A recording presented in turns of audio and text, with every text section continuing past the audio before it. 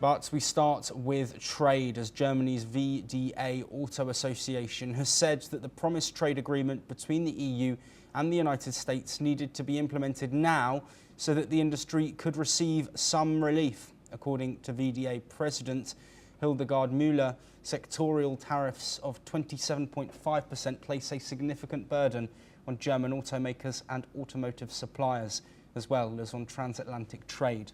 She also said that the EU Commission and German government must vigorously advocate for the US to withdraw sectoral tariffs.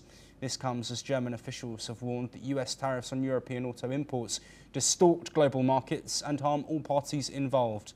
Although the EU and United States agreed in July to cap tariffs at 15%, German industry leaders remain cautious. Let's take a closer look at what the Bavarian State Minister and the head of economic development in Munich have had to say.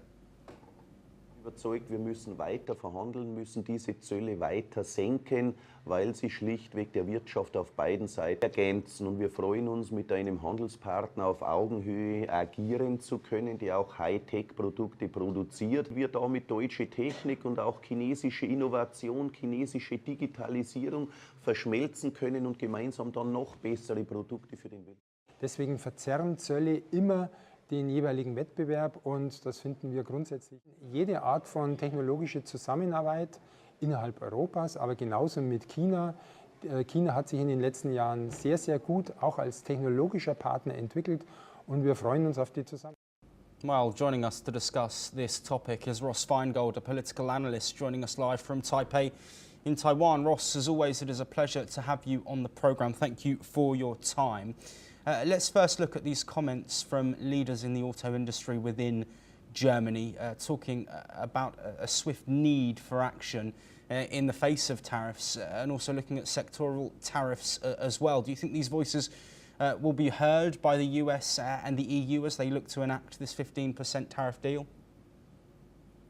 Certainly the EU side are going to put pressure on the US side to actually implement what was agreed. So the EU and the US reached an agreement a couple of weeks ago when President Trump met van der Leyen in Scotland, but until it's actually implemented, then European exporters are facing higher tariffs. So to be fair to the European side, they could say that the delay is actually on the US side because it hasn't gone through the process, which actually involves the president issuing what's called an executive order to implement the deal. So it's understandable that European exporters in any sector, including the auto sector, they're very nervous at the moment because as of today they're paying much higher tariffs. So understandably they want the United States to actually implement what was agreed to.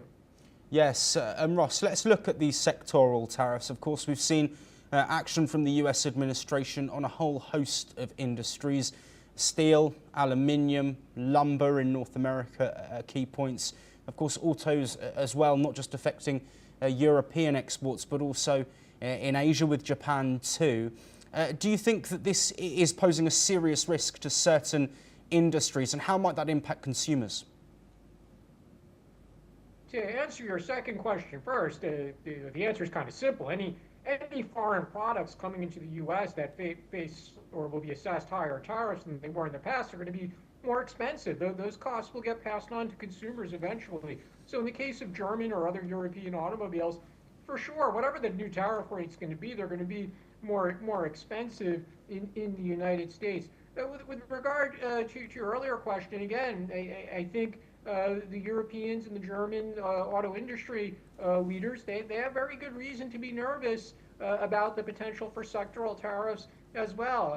Trump, frankly, he changes his mind. So as the relevant U.S. government agencies go about their investigations into different sectors, it's very possible that they might come to a finding that additional tariffs need to be imposed, and that's going to just take the EU and the US right back to square one when it comes to any specific sectoral tariffs, because the EU is going to want to negotiate and the US is going to want to extract something.